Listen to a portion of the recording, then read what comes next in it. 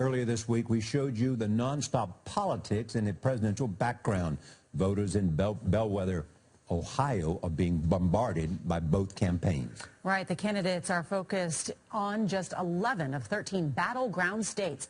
That leaves most Americans on the sidelines. Oklahoma hasn't hosted a general election presidential candidate in, get this, 40 years.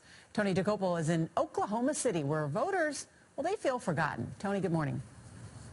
Good morning. Oklahoma shares a border with the battleground state of Colorado, and it doesn't feel all that far away from Ohio. But when it comes to presidential politics, this right here might as well be outer space. I'm here at the campaign center in Oklahoma City. It's a busy day at this phone bank for Hillary Clinton. She's already voted.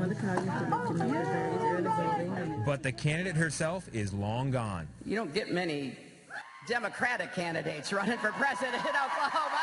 Neither Hillary Clinton nor Donald Trump have campaigned in the Sooner State since winning their party's nomination. People realized I was right. In fact, the candidates have stumped in the same 11 states, leaving about 80% of America on the sidelines.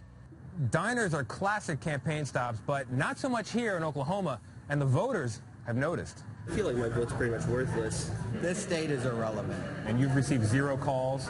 Received 0. 0 calls? 0 calls, and I have a landline. Any knocks on the door? Nope, nope. Mailers, at least? Nope.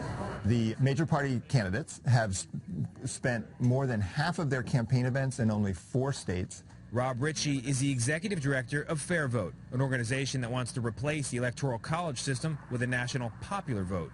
So there's this incredible disparity about the states that count and the states that don't. The way spectator states like Oklahoma have it now, they're often overlooked long after the election is over. They're half as likely to get the number of disaster designations, no matter who's elected. In 2012, for example, a tornado destroyed nearly 100 homes and killed 6 people in Oklahoma. The state received no federal funding. 2 months later, New Hampshire received more than $3 million after a rainstorm. No one died. People living in spectator states are also less likely to vote. Oklahoma is one of 4 states with turnout below 50%. But some voters we talked to here, like this group of Oklahoma young Republicans, were against the idea of a national popular vote. And we're not up there with population, and so I think we'd actually lose out more on a national popular vote.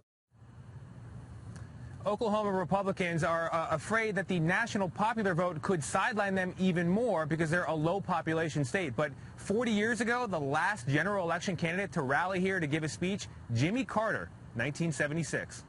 Oh, that was a long time ago. Thank you very much, Tony.